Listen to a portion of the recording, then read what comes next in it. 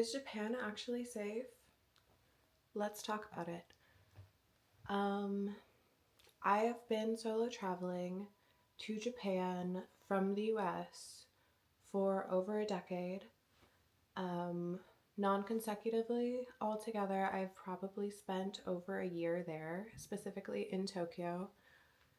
And this is just like based on my experience. This is stuff that I've learned and like mistakes that I've made in my own safety that hopefully, like, if you're planning a solo trip to Japan, if you're interested in solo travel, you can learn from my mistakes and make better choices. Because since I have been more careful, I have not had any problems like we'll get into it, but problems like I've had in the past. Um, so I guess I'll start by saying that nothing is 100% safe, right? There's always a risk. There's always going to be like an opportunity for weird experiences if you're a solo female traveler. Like, that's just kind of part of it's just kind of how it is, unfortunately. Um, but I will say the reason that I keep coming back to Japan is because I do ultimately feel really safe there. And I just compared to like my experiences in Japan, my experiences traveling other places, I'm like, I've been a lot of places and Japan is definitely safer than the majority of the places that I've traveled and also where I'm from. Like, Japan is safer than anywhere I've ever lived in the US. So, I guess that take it with a grain of salt, do your own research. Most importantly, if something feels wrong, something is wrong, trust your intuition. That's going to keep you safe more than like any advice that I can give, more advice than anyone else can give. Just, trust your gut. Don't be like afraid to leave a situation. Don't be afraid to be awkward. Don't be afraid to make a scene. Like, protect yourself, trust your gut, and um, just like be aware of your surroundings, right? So, my, I guess my most serious um, thing that's happened to me was when I first started coming to Japan, I would just rent an apartment um, for like 3 months at a time, like full length of like a tourist visa at the time. So I would just stay for like 3 months in this apartment, same time of year, um, every year. And I really liked this apartment. So I kept coming back and booking that one. And it was a first floor apartment, which um, I no longer stay at first floor apartments or anything that can be accessed from the first floor. I do not stay there. And that's just my personal preference after this experience. But I definitely recommend second, third, fourth, stay up high. Um, because okay, so the way the apartment's set up is like it was like a mansion building and all the like walkways and stuff were open air, so there was no like code to get in or gate. It was just like you could either come in the front door, or not the front door, but the front like entryway, and there's just like open air hallways and staircases. I think it was a 3-story building. But I was on the first floor. My apartment was facing the main street, and then it was like on the corner as well. So it's also like a skinny little alley with like bike parking and trash, and everyone's like first floor balconies, which were really just like tiny little patios with a washing machine on it. Um, so my apartment had 2 points of access on the first floor. Both are like really close to the street. And then the window, like my front window, was also facing the street. And it did have one of the like metal privacy grates on it. I'll find an example and put a picture here so we know what I'm talking about. But so it did have like a metal privacy grate on the front, but there was a gap between the grate and the actual window. So from an angle, you could see in to the window, and then the bed was right there. So you could technically see in while I was asleep, like right, and the crack, like of visibility would be like right where, you know, I'm sleeping. So I was about 2 weeks into staying there for this specific trip, and a couple of things were different this time. I had like bleach blonde platinum hair, which I had never done before for like Japan. So I was already getting like a little bit more attention. And mind you, this is Tokyo, but this is Tokyo 10 years ago, right? So it's like there were significantly less foreigners there. It was still kind of unusual to see foreign people, especially like white women alone. Um, so I was already getting like a little bit more attention because I had like platinum blonde hair. And anyways, this is like the third year. This is like the third year in a row that I'm renting this apartment for like February, March, and April probably was like the chunk of time I was there. Um, so I'm like 2 weeks into my trip there. Things are going like well. I'm I'm a student at this time. I'm in online school, so I'm just keeping it like pretty low key. I'm just living my life. Like it's my time of the year that I'm in Tokyo. I'm enjoying myself. I'm studying. Um and that's, things are low key. Nothing crazy's happening. I have a couple local friends that I am like seeing every once in a while. Things are fun. Like no problems. And then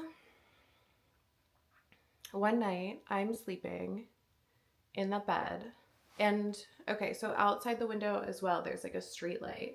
So at night, there's like a ray of street light shining into my room as well. So I'm sleeping and all my lights are off, but you can see me because of the street lamp shining in through the window. Um,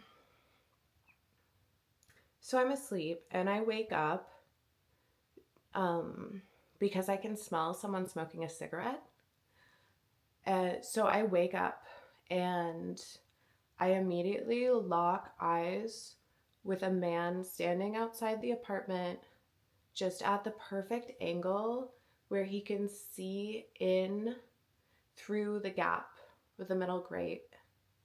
And we like are maybe like obviously the wall and the window is between us, but we are like 3 feet away from each other. Just, it's like hard to explain, but the way that it's set up and the angles, it's just like he is right outside my window smoking a cigarette looking at me. Like I open my eyes and we lock eyes. So I immediately just like wake up. I'm very surprised, right? So I like jump out of bed.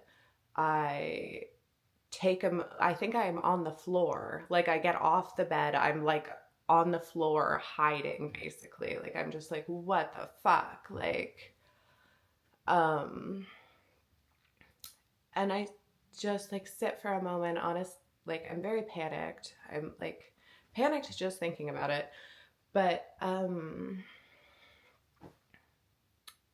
so I take a moment and I just kind of like listen and I'm like, you know what? Maybe it's just someone outside waiting for a taxi. Like maybe, you know, this is a very residential area. There's not like bars in the area or anything, but there are a lot of like younger Japanese people that live in that mansion building. So I'm like, you know, maybe he's just hanging out. You know, mind you, it's like midnight, like it's after the train stopped running. So maybe it's someone who lives there that's like just on their way somewhere. Maybe it's someone had a friend stay over late and they're waiting for a car.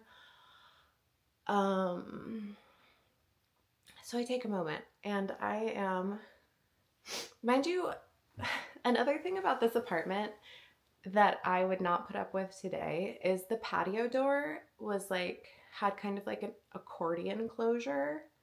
It wasn't like a real door and the latch didn't actually work.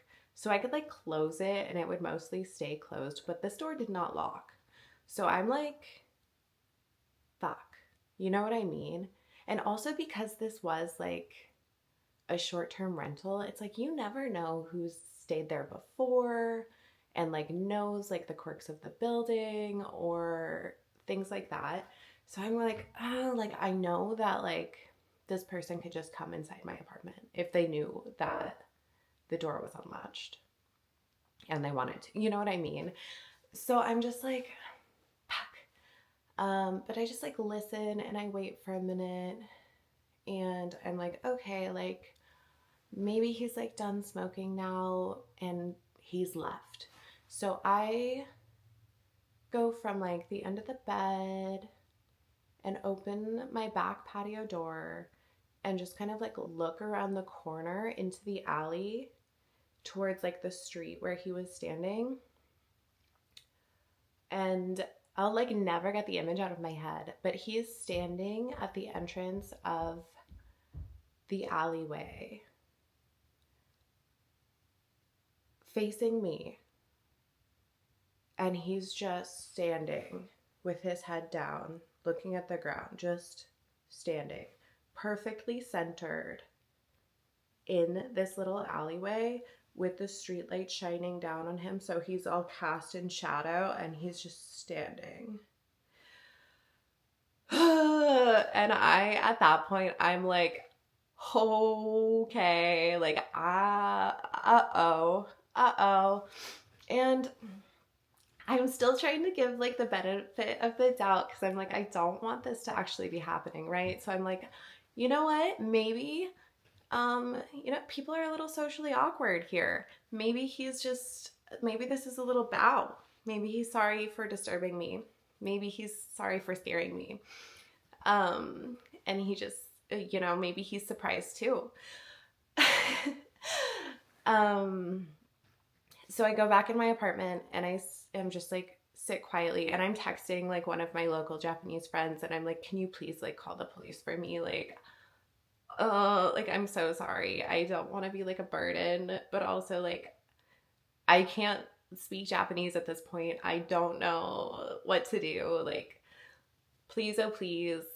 And she does. She contacts the police for me and lets them know that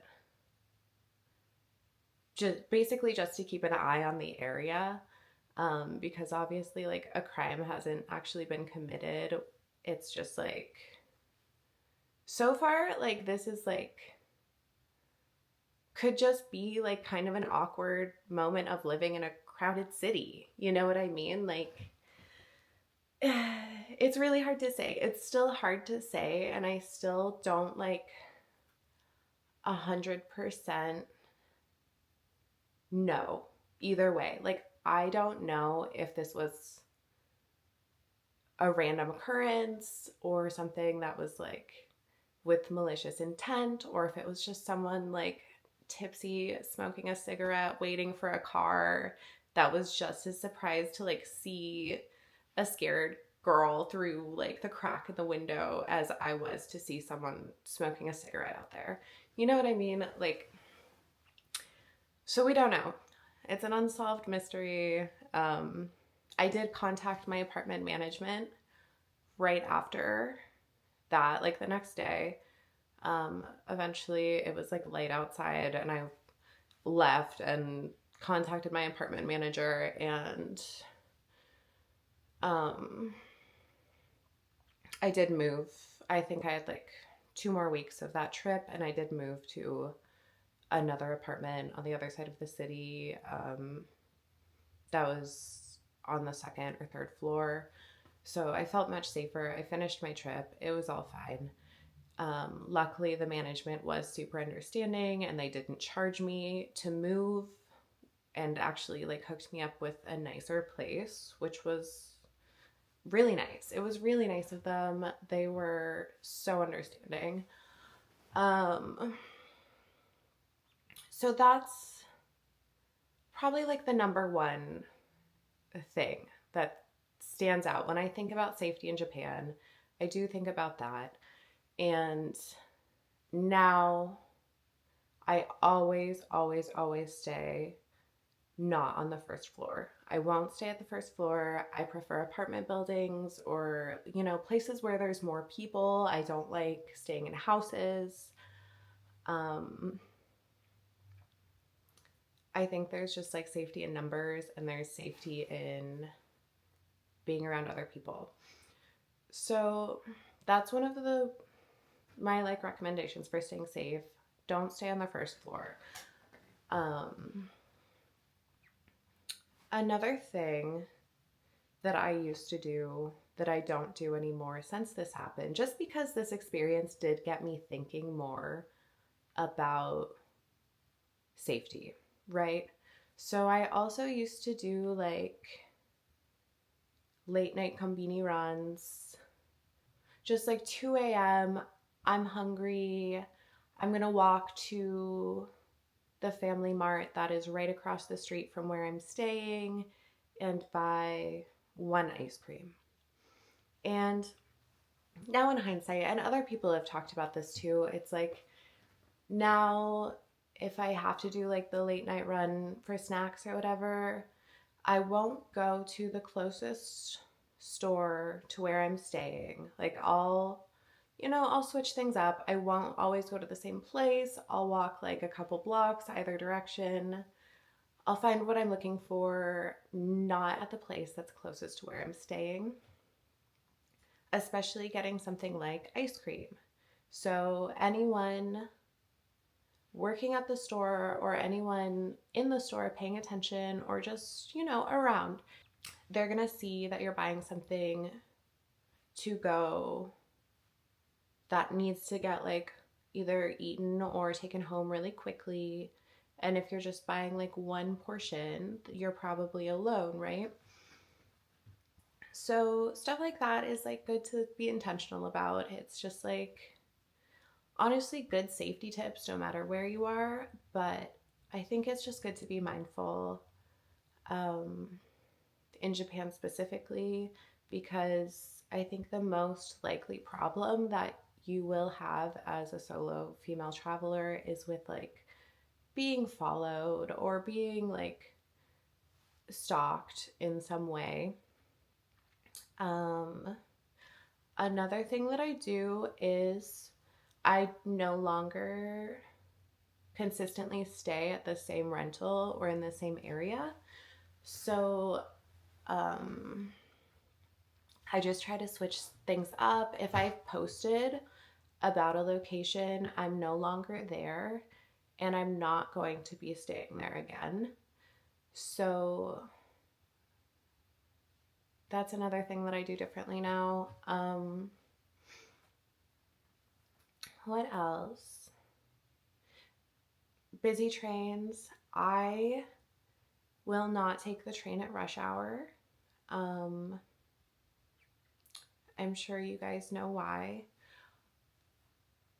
And honestly, I just plan around it. I plan to either leave early or leave later, and I avoid the super crowded trains. Not only is it just kind of like inconvenient and uncomfortable anyways, I've definitely like been groped before, and it's just really hard to do anything about it. And that's like a major problem for like not just foreign women, but also like Japanese women. There is like some of the train lines in Tokyo have the female only cars, and I do use those when possible. Um, so that's just like, I don't know. It is what it is. Um, what else? I do get every once in a while in like the busier areas, like if I'm in like Harajuku or Shibuya near the station, I will get like Nampa sometimes where that just like men come up to you and they're like, "Oh, like do you want to go get drinks? Let's go get drunk right now. It'll be so fun." Um and that's, how I navigate that is I don't actually use the Line app for like talking to my friends or anything, but I do have it on my phone and I do have a Line account with like not even my real name on it or anything. And I'll just be like, "Oh my God, like I'm so busy now, but like you can add my Line." And um you can add my Line, and then they like leave me alone and we part ways. They message me and I ignore them. That's how I navigate that. It's also like obviously you can just like try to like ignore it, like, but I'm kind of like conflict adverse. Um and I don't know. It's just this is what's I've set up to make it easier to navigate for me. Um I'm sure you can also be like, "No, go away." Right? Like, but how I deal with it is just by giving some point of contact, and then but we're not actually ever meeting up. You know what I mean? And it just seems like a smooth way to navigate the interaction, um, with like minimal conflict. Um, let's see. What else? Another thing that I've seen people talk about online, and like I don't do this, but is like taking a pair of like men's shoes and putting them outside your door, or like men's clothing. Um, I don't have that, so I don't do that. But I do like if I'm hang drying like my clothes outside, I will kind of like hide like my socks or underwear like behind other like bigger clothes that maybe don't look as feminine. Um, like my big giant like black button up shirt is gonna go where that's what's visible instead of like my panties. You know what I mean? I think that's pretty much it. This video ended up being kind of long, you guys. Hopefully it wasn't super boring for you. I This has been on my mind as I'm getting ready to go back to Japan um, this summer, and I just thought maybe this would be like a useful topic to go over. It's been on my mind more because I have not ever taken you guys with me. I'm new to YouTube, so I've never like vlogged what I do in Japan, or um, how, or just anything. I don't know. I've never vlogged about Japan before, so safety has been on my mind more recently as I go into my next trip with the intention of filming content and with the intention of like doing daily vlogs and um like sharing more of my life in a safe way. So yeah, I don't know. I'm hoping that this is helpful to someone. Like I said, Nothing is 100% safe, but there is a reason that I keep going back to Japan. As a female solo traveler, I do find it safer. Okay, it's safer than where I live in the US. It's safer than a lot of other places that I've traveled. Um, I love Japan. I keep going back. I obviously love it there. I obviously feel safe enough to like keep going.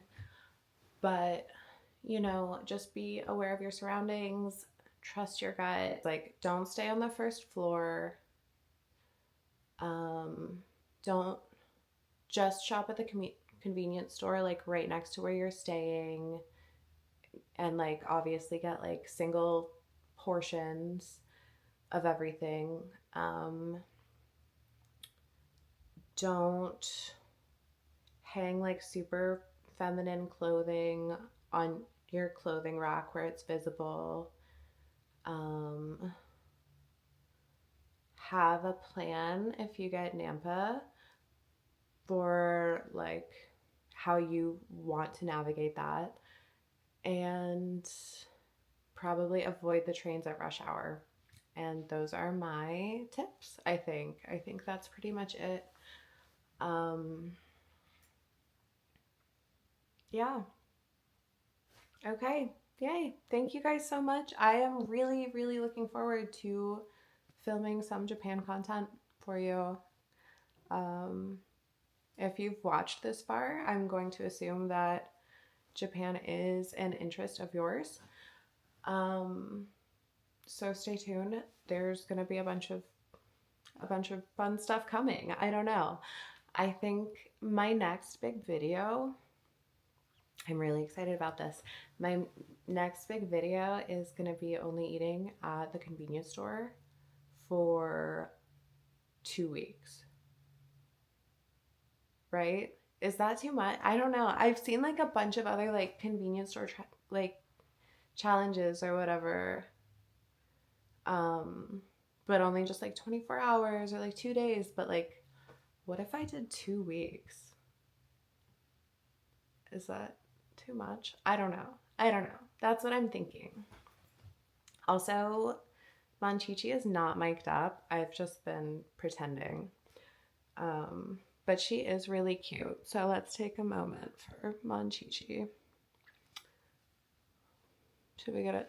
We should try to get a thumbnail. Oh, I will say one more thing. One more thing. Um, I will say, um, the more covered up I am, the more I tend to get hit on.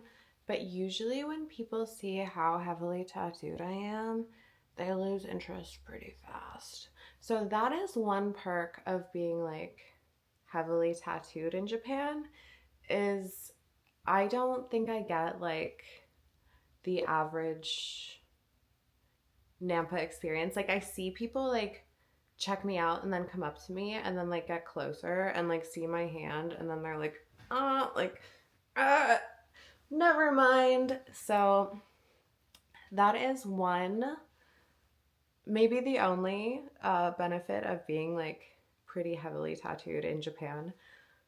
Um, just as a side note, I don't know. It's kind of an interesting like thing that I've noticed as I've gotten like progressively more tattooed and been like consistently going to Japan, is the more tattooed I am, the less